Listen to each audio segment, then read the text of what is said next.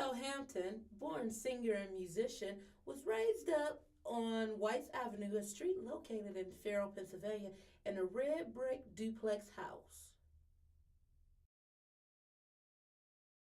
I was introduced to music um, from my grandparents, the late Edward Streeter Scott and Bessie May Sellers Scott, along with their children.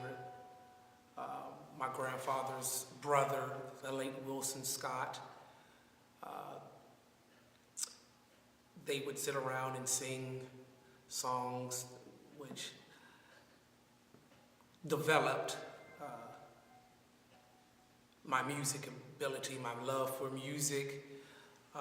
There wasn't a time that we sat around and did not sing. Again, music was our life. Music was the way we expressed ourselves. Music was our gift. Music was our talent. So, really through them. Cordell Hampton, my son, I used to rock him to sleep when he was a young child, and I would always sing to him, so I knew that he would be a singer. I didn't know that he would play the organ, but I knew he would be a singer. He went to elementary school, and he would always come home and sing the songs that he learned in school. He just loved music, and in my house, I've always played a variety of music. I played classical music, country western music. I played, of course, rhythm and blues, gospel. So music was always a very influential thing in our household and everywhere we went. Church, family gatherings, receptions. Music was so very, very important. Music is so very, very universal. So Cordell loved music, and I think, and I always will believe that that was always his calling. No food on my table, no food on my table, son. I know that he is able. I know that he is able, son. Yeah, yeah. Late in the midnight hour, late in the midnight hour, son.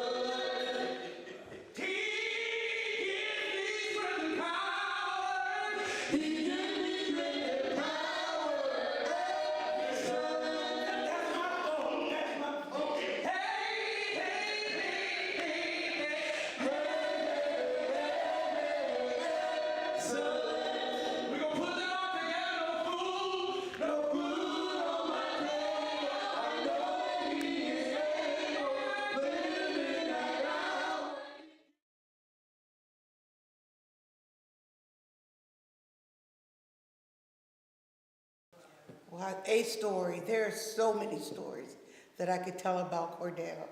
But one in particular that comes to mind is when Cordell first started playing the organ. And I've never been able to play an organ, but what I would do, I would sing the notes to him, and he would play them on his organ. And that's how he learned his first songs. And I remember playing a little song, "Oh, Won't You Buy My Sweet Gardenias," and he learned how to play it.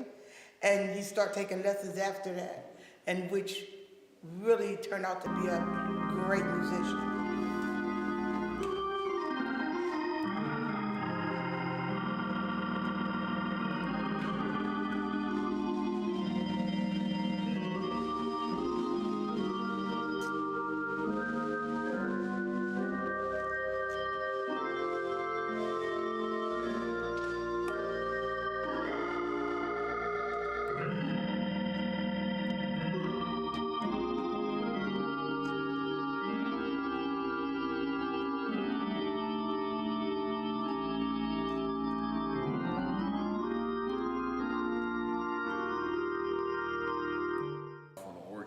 Show me some things and I would show Wink some things, and we would just go back and forth. Wink called me up in the middle of I'll be sitting in the back of the church minding my business, come in there just to sit down, get a nice little word from the Lord, and here go Winky. And what do? Get right on up, go right on up there with him. But I love this man to death, man. There will never be.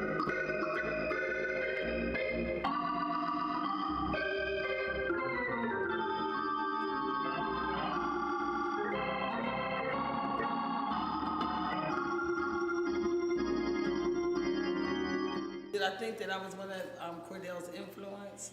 I would say yeah, because we always sang. I don't ever remember a time when Cordell has not been a part of our life. I mean, he's our family.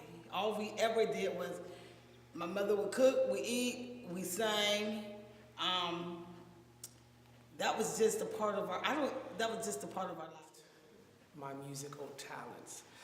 Well, I would have to start with the entire Shenango Valley.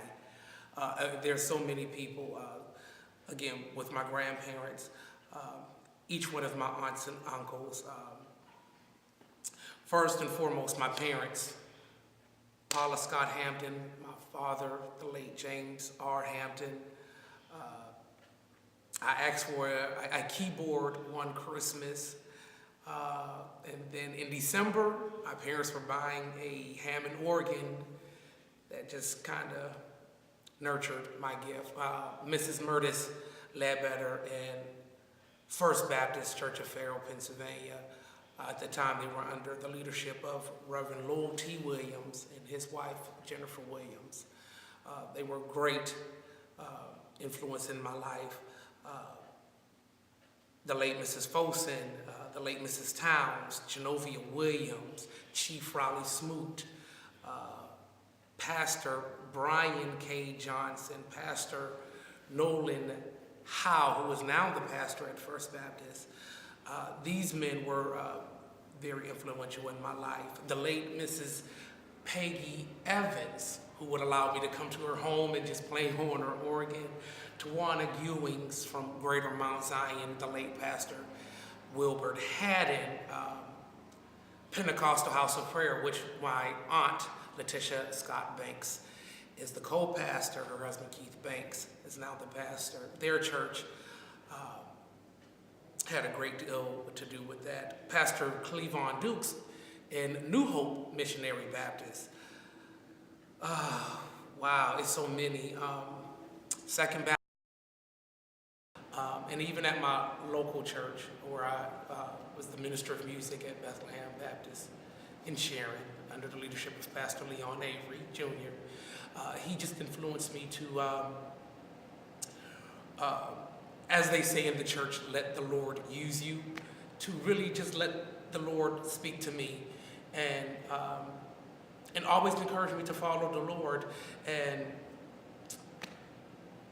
go with, just go.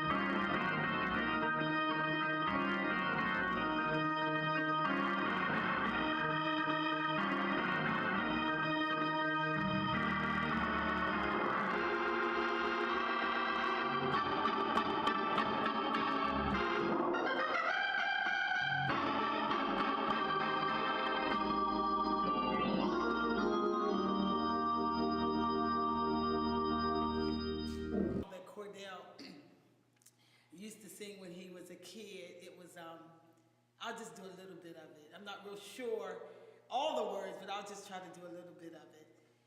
There's not a friend like the lovely Jesus. No, not one.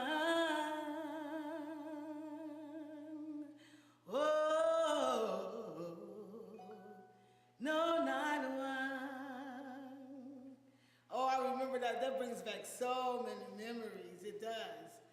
The harmony was tight. And God just gave us something I really believe that a lot of people don't have. It's that we could just walk into a room and someone could just start singing a song and we just blend in. And it's not rehearsed. It's just innate in us to do that.